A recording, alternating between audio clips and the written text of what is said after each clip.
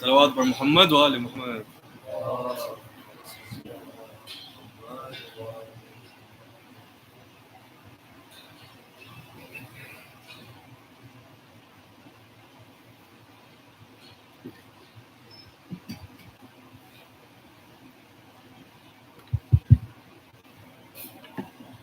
صلوا على محمد وآل محمد. اللهم صل على محمد وآل محمد. بس وصل الفاتحة.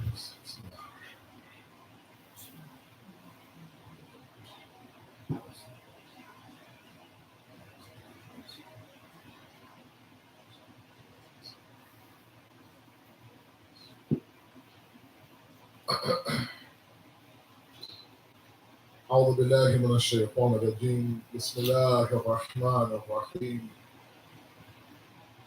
الحمد لله الذي لا يبلغ مدحته القائلون ولا يحصي نعماءه العادون ولا يؤدي حقه المستحدون، الذي لا يدركه بعد الحمم ولا يناله غوص الفطن، ثم الصلاة والسلام على أشرف الأنبياء والمرسلين، حبيب قلوبنا وطبيب نفوسنا وشفيع ذنوبنا، سيدنا ومولانا أبي القاسم محمد. اللهم صل على محمد وآل وأهل بيته الطيبين الطاهرين المعصومين المظلومين، لا سيما بقية الله في الأرضين، صاحب العصر والزمان، خليفة الرحمن، إمام الإنس والجان، ولعن الله وعداهم أجمعين إلى يوم الدين. أما بعد، فقد قال الله وقوله الحق. بسم الله الرحمن الرحيم. الذين جاهدوا فينا لنهدينهم سبلنا وإن الله لمع المحسنين. صدق الله العلي العظيم. اللهم صل على محمد وآل محمد. Our discussion since the midpoint of the month of Ramadan has been looking at some ethical and moral discussions from Imam Khomeini's Chela Hadith, his 40 Hadith book. In an attempt for us to better our akhlaq, better our morality, unfortunately in this day and age, we've lost a little bit of the overall picture of the deen. The Prophet of Allah, the reason why he was successful was due to his kindness and his morality and his ethics. His enemies alone would tell him, or tell the world really, historically, that where I could beat him on the battlefield, I had more weapons than he did, more animals and more money than he did. Where he beat me was in the battlefield of kindness and akhlaq. Given the rise of divorces, unfortunately, given the rise of disunity amongst our families and our communities, the pettiness, the bitterness, the anger, the lack of tolerance, the lack of patience, I thought it would be a good idea to revisit some of these very, very foundational concepts that all of us have heard before. Nothing new that we need a little bit of that repetition. I have spoken about things that are obvious vices inside of us. Okay? So pride, envy, narcissism, ego, these are all things that are quite obviously vicious inside of us. Tonight's discussion, again, going along with the book itself, Imam Khomeini talks about an indirect vice, one that perhaps we don't think about initially as a vicious element inside of us, and that, of course, is the love and the attachment to this world. Hubbul dunya. Now, again, a lot to say tonight, as always, and I have to define some terms. What does attachment mean? What does dunya mean in the eyes of Islam? There's a lot of continues to be misconception out there, and I judge that based on the questions I get asked. And so we have to kind of present this topic properly to ensure that we rid ourselves of those things that are vicious, and we build those things inside of us that are virtuous. Sometimes we remove things inside of us that shouldn't be there, and we nurture things inside of us that shouldn't be there. All because we think we know the concepts, but in reality we don't. So first, let's define a little bit of this term, because this is that vice that is the head of all other vices. So it becomes a very important topic. Imam Jafri Sadiq alayhi salatu wasalam, Allahumma salli ala Muhammad wa ala Muhammad, he says, Ra'asu kullu khati'atin hubbu dunya. The ra'as, the head of every khata, every error, every sin, every problem is the love of this world. So it becomes a big deal, right? To understand what it means to love this world. So Imam Khomeini initially now defines what the dunya is. A layman like me would think the dunya is this physical world. Everything and anything in this world, while we live in this world for however long we live, is all vicious. This is not the case at all. He leans off of Allama Majlisi rahmatullah alayh, where he says actually the dunya and the akhirat are states of existences, not physical worlds per se. He says very beautifully, it's quite irfanic, that those collective elements that remind you of Allah subhanahu wa ta'ala are ukhravi in nature, have a hereafter in their nature.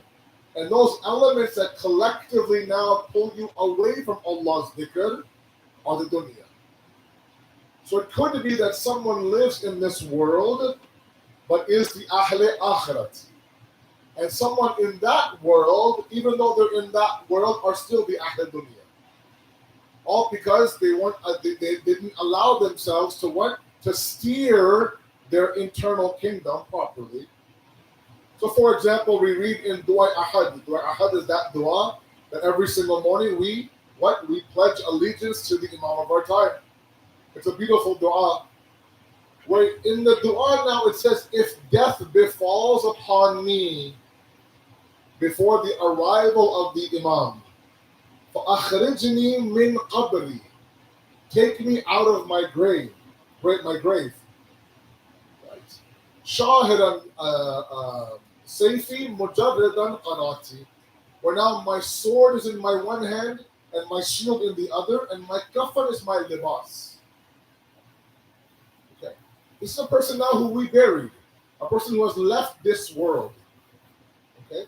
But because yet ukhrawi, or she had ukhrawi elements inside of her, even though she's not in this world, she will be again raised to be beside the Imam.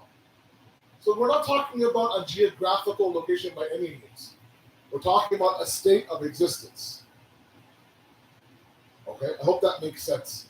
There are those in the next world who, when they are asked who your Lord is, for my sisters, maybe you haven't experienced this, but when we bury somebody and we take the body to the qabristan, there comes a moment before we put him in the ground or her in the ground, we read talqeen. Talqeen is that thing where the man is now rested on the right shoulder and the face is facing Qibla. So when we get to the actual graveyard, we open up the coffin and collectively now we pick up the mayyat and we rest it on its right shoulder with the help of dirt and everything. So there's 2 guys now putting dirt inside the coffin.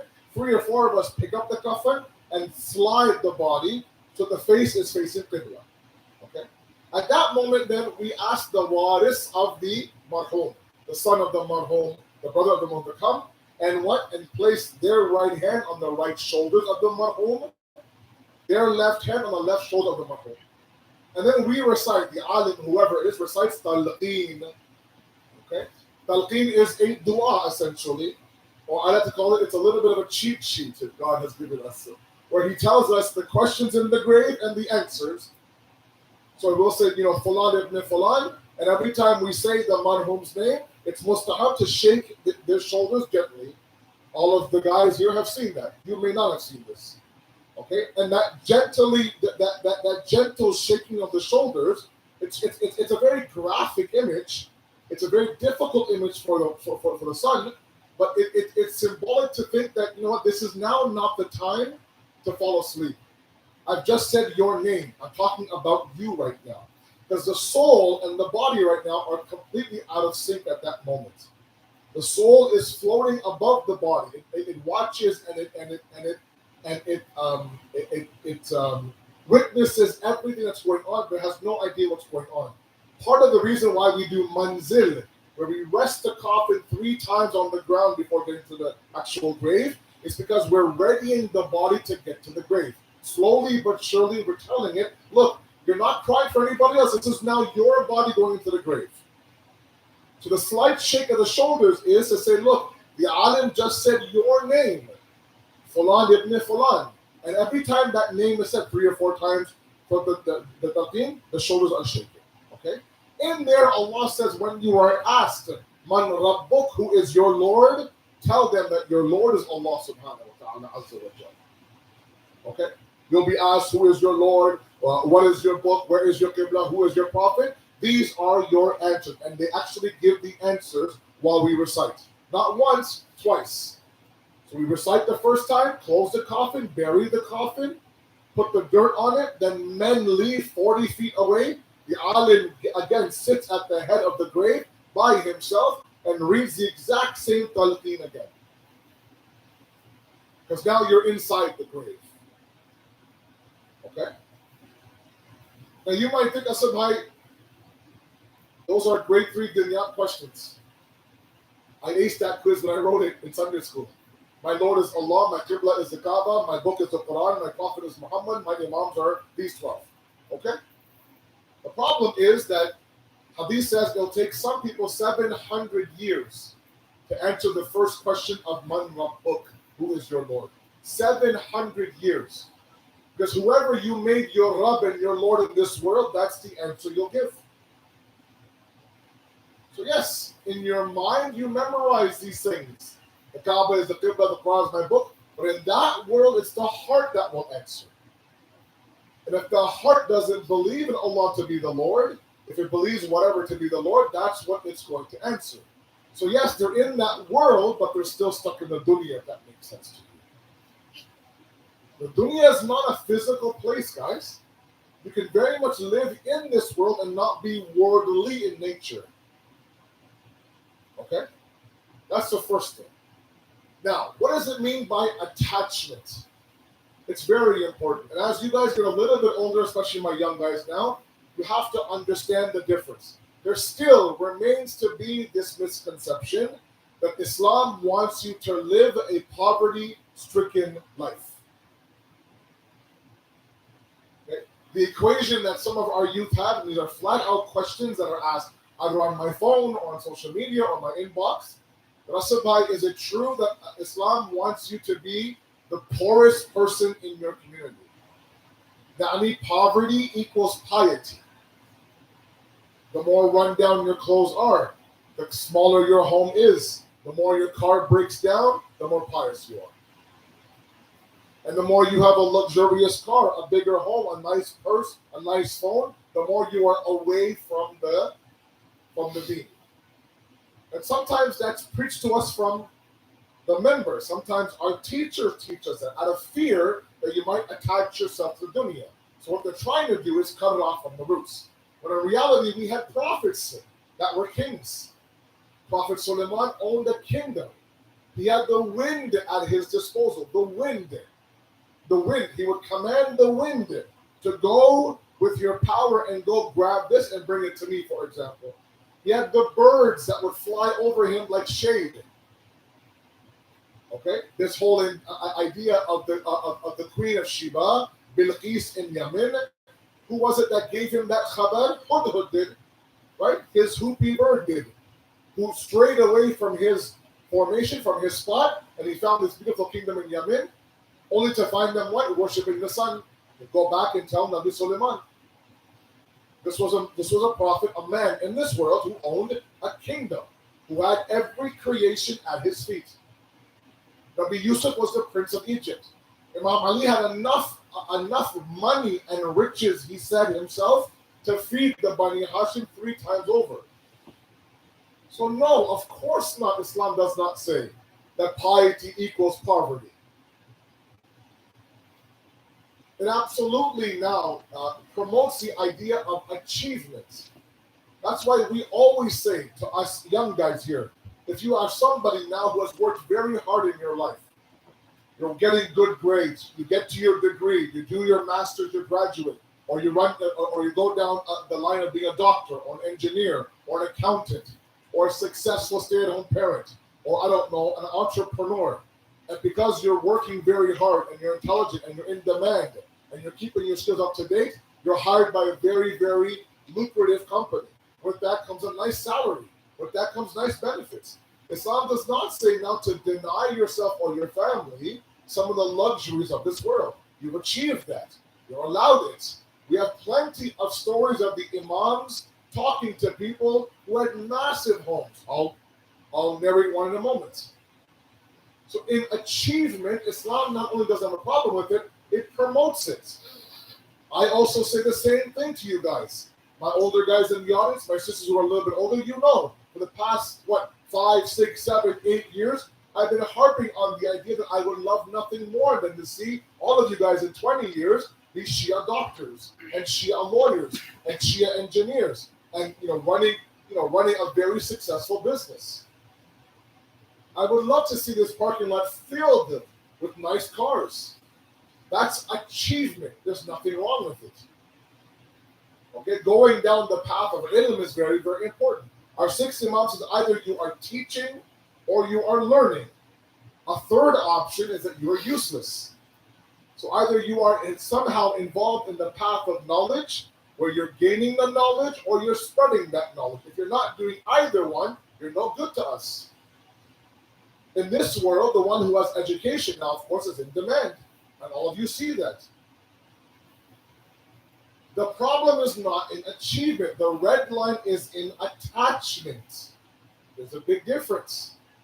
Attachment is when what happens when you actually attach a value to an asset of yours that you own that's higher than you should.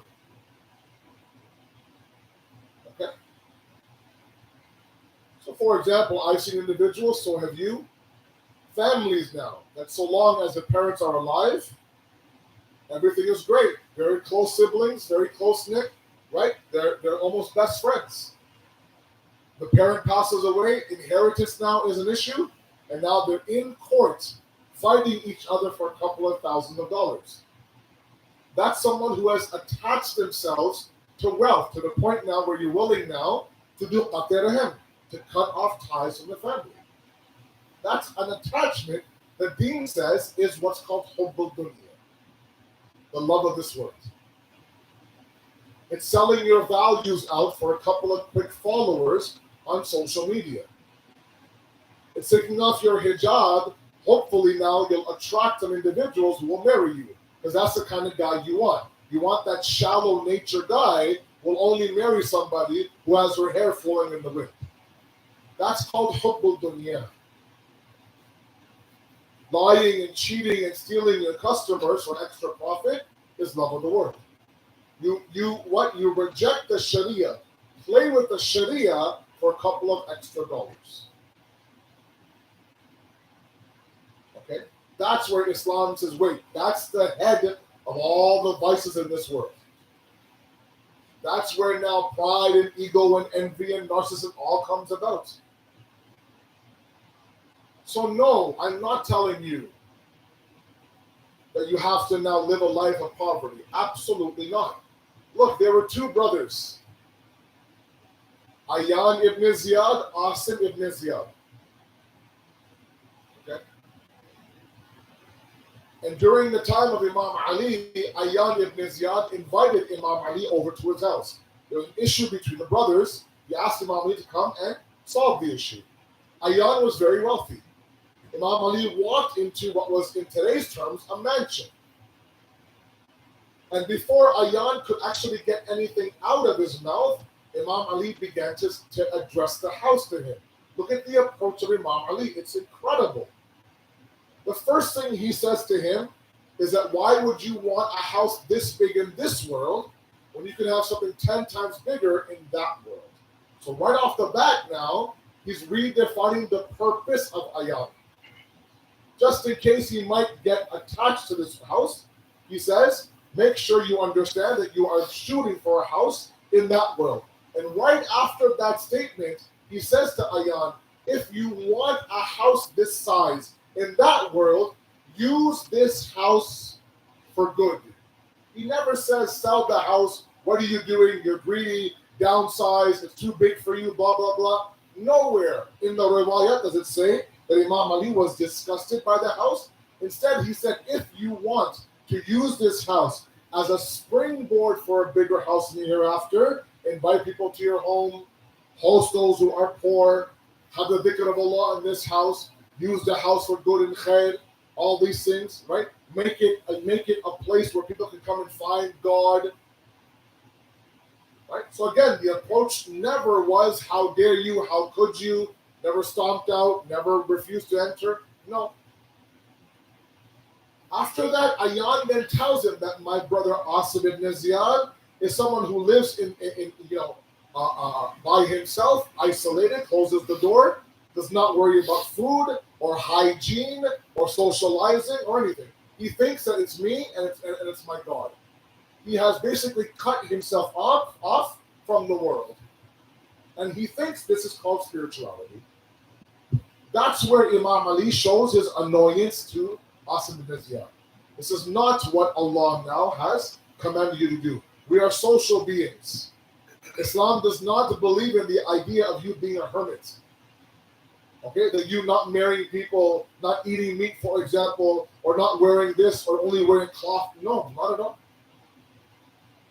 In fact, sometimes Imam Ali would tell people who would dress rags on their body that why are you doing this? You're actually now you are not thankful towards Allah. Then he would say, if you want to be thankful towards God, one of the ways is to use the rizq that He gave you to live a comfortable life. We have a hadith that says a mu'min should wear the best of shoes, for example. Men should have the best of watches, for example. You should always look respectable, for example. I'll never forget that the first or second year of the Hausa, when my wife and I were going back now to Toronto, we used to come back in the summertime, and my wife would ask her teacher in the Hausa that, I'm going back now, like, how should I, like, present myself, dress, blah, blah, blah, this and that. And it was incredible that she would tell my wife, make sure you don't always wear black. Make sure you're not always dressed in black. Okay? Be able now to find the balance between looking presentable, fashionable, well kept, and you're still muhajjaba. At the same time now, you have this glow about you in terms of your clothes. Not to the point, of course, where you cause attention from men, so high heels and, God knows what else, and that's a discussion later on. But the idea was that Islam does not want you to be gothic, right? Or drab all the time, right? Always look like you're dead. Always look like you're no. Presentable is very, very important. The Prophet would say it's mustahab to look in the mirror before leaving the house. So how you present yourself to others, wearing clean clothes, smelling well, all these things are very, very important. Okay?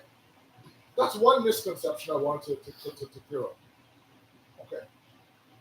The second thing that I wanted to mention was that we have to ensure that we don't attach ourselves to this world. Now, how do I do that? It's interesting to note that the Quran refers to this dunya in several ways.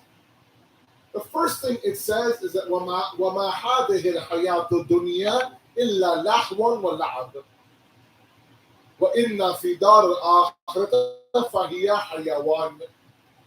Okay? وَلَوْ كَانَ لَا يَعْلَمُونَ. Okay? The life in this world is nothing but lahwi and la'ab. It's a play, it's a sport, it's frivolous. Okay? It's nothing really to kind of attach yourself to.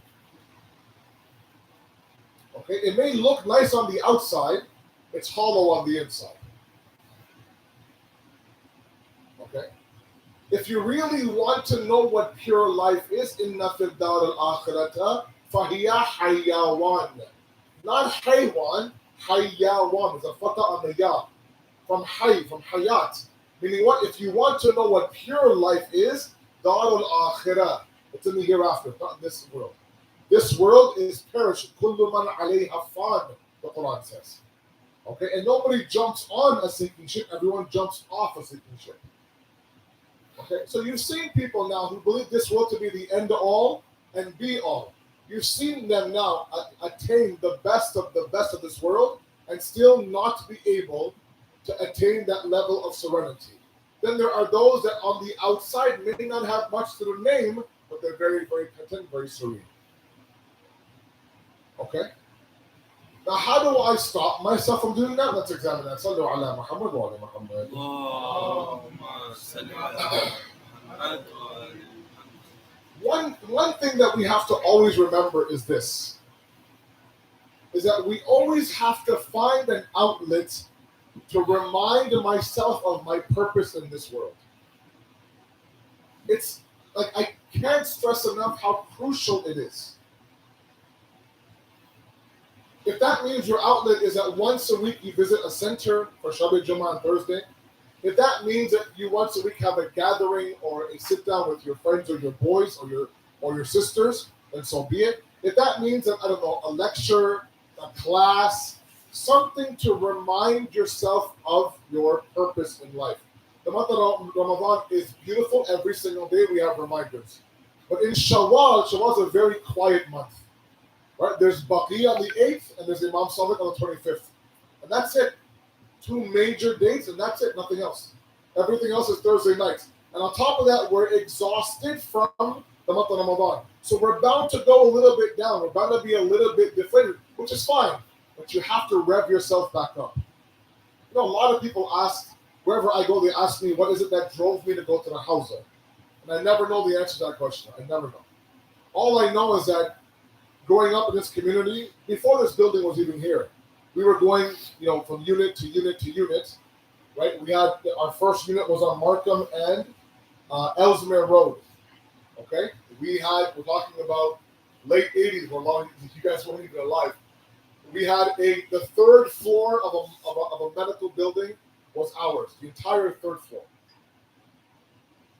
Two small rooms and bathrooms in between. And we had one small office that had a whiteboard and three chairs for a class.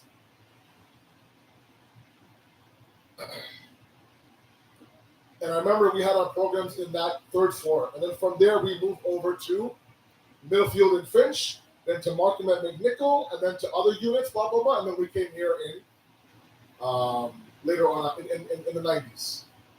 The one thing that was constant inside of my house that my father really drilled inside of me was Thursday nights. Okay? I fell in love with my beloved counsel on Thursday nights. And back then, there was no English speakers. My father would say, I don't care if there is an exam on Friday morning, if you have a paper due, I don't care if you're not feeling well, you muster up the energy, you do your homework. From 7 to 9, you're mine on Thursday nights. So obviously in the beginning, kicking and screaming, pouting and spouting and God knows what else. And then now I got to the point where I would go alone on Thursday nights when my dad was, let's say, working a night shift. And my mom couldn't come with me. I fell in love with that 2 hours every single Thursday. It was in Urdu. I didn't know Urdu back then. I barely know it now. And it was mostly older people.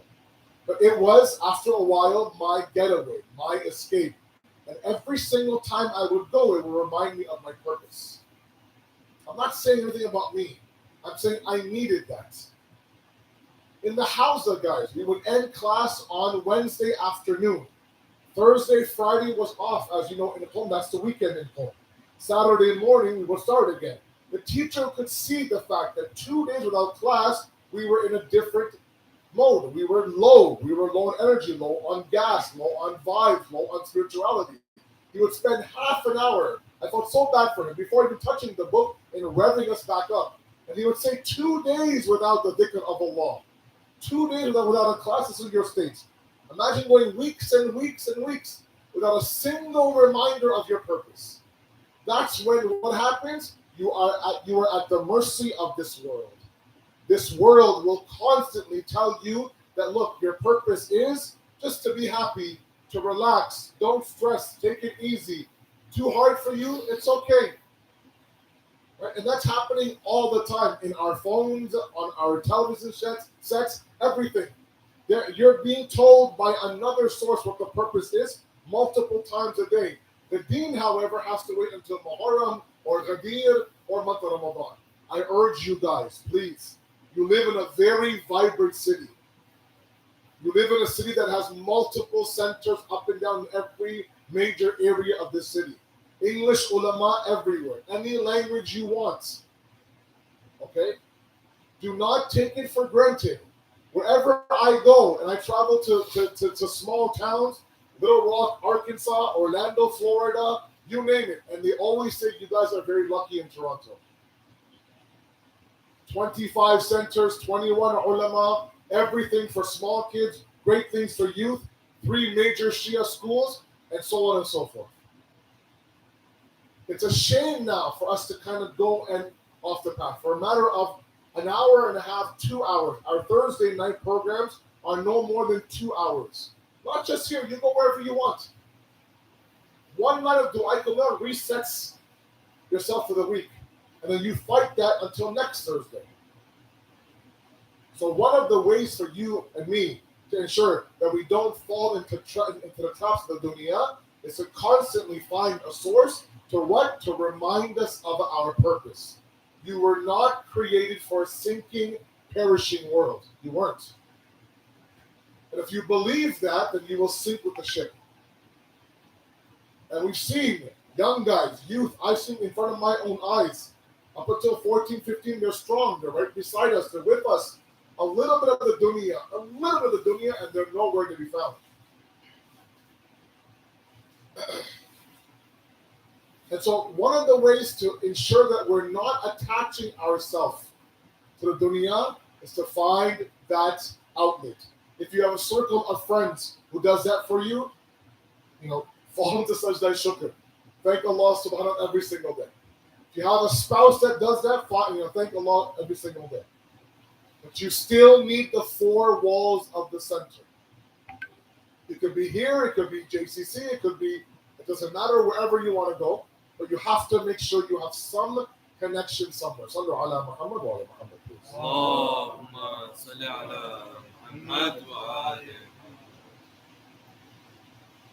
The other thing that the Quran now refers to the dunya as is something called the mata'. Okay? Mata'an ilahin, you heard in the Quran. Mata' literally means a tool. Okay?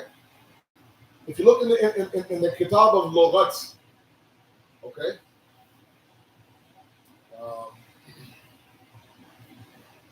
Books like Mufradat of Raghib Isfahani and others, Mata' is the lexical dictionary meaning of mata', mim, ta, alif, ain.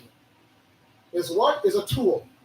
So back in the days, pre-Islamic Arabia, if somebody was using something to hammer something into a wall, they would say, Hada mita'un, this is a tool I'm using. Like a hammer or a screwdriver in this day and age. Okay? And where do tools go? Tools go in the toolbox. When you need them, you pull them out, you put them back in the toolbox. Nobody sits there after the hammer is done and polishes the hammer and caresses it and holds it and puts under its pillow, makes sure it's there, it takes it everywhere. It's my tool, I'm attached to it, this and that. It's a tool. You use it for its purpose and move on. Right? The Quran says this dunya is a tool that's supposed to be used by the hand, not loved by the heart. A foolish person will sit there and sleep with their hammer. Like my daughter Rahma sleeps with her teddy bear. Okay, so when I put the blanket on her, I have to put her, one day it's a teddy bear, one day it's a penguin, in between her arms. So now she has the blanket up by her neck, it has to be on her neck, and right, it goes to her chest, and that's it. A kiss on her cheek, khalafis, and sweet dreams. Right? And that's what, she hugs it. She's very close to it. Okay? Imagine somebody hugging a screwdriver, or a hammer, or, I don't know, a chainsaw. You're like, is this guy okay? There are people now who do that. The process, it's a tool.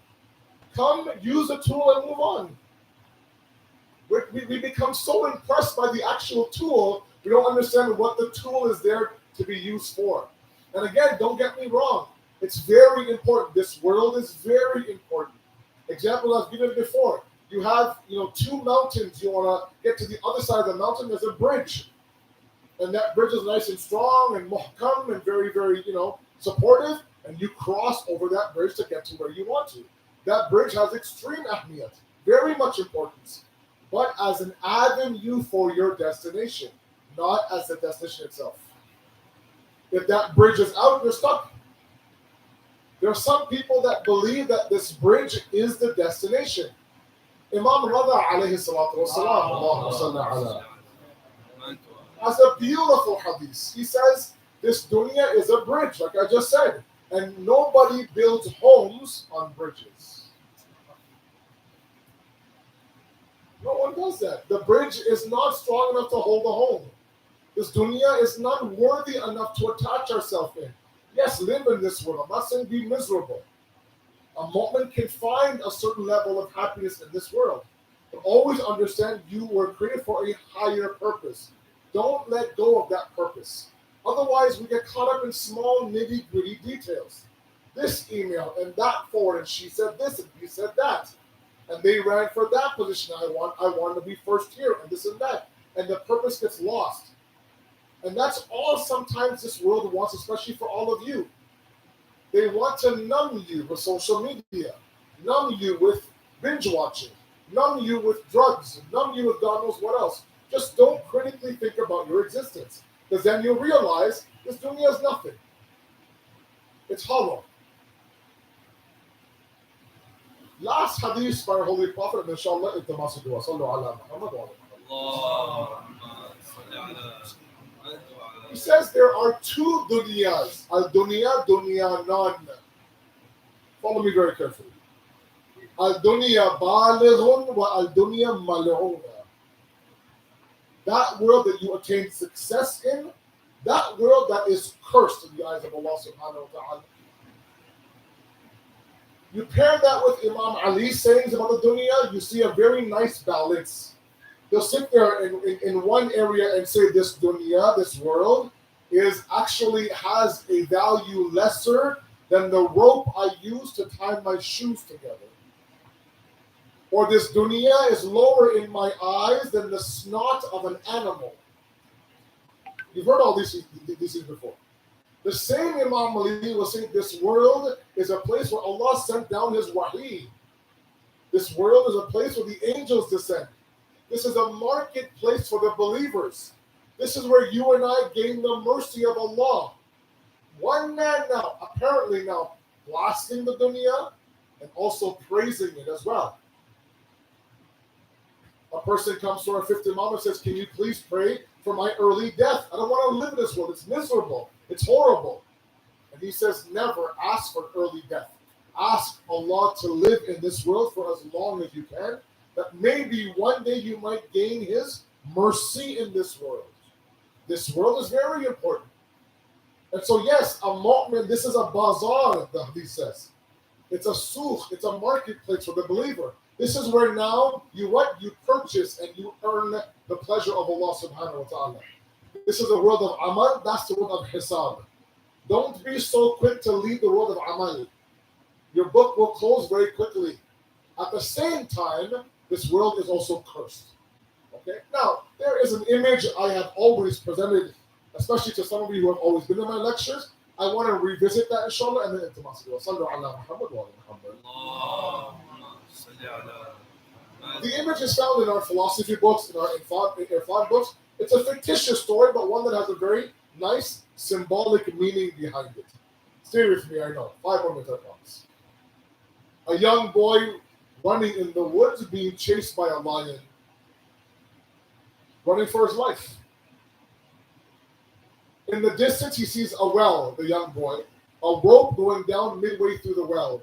He thinks to himself, if I can sprint fast enough to get to the well, I can jump inside, hold on to the rope, and the lion will be too scared to jump inside the well. So he does that. He sprints and sprints and sprints, jumps inside the well, holds on to the rope, begins to sway back and forth. The lion stops, perches over. The well doesn't go inside. Okay. Young man thinks, you know what? If I wait long enough, the lion will leave me alone and go chase some other young boy. So he waits and he waits and he waits. After a while, he looks down at the bottom of the well. He sees a crocodile, mouth wide open, waiting for him to drop. At the top is a lion perched. At the bottom is the mouth of an alligator open. Okay?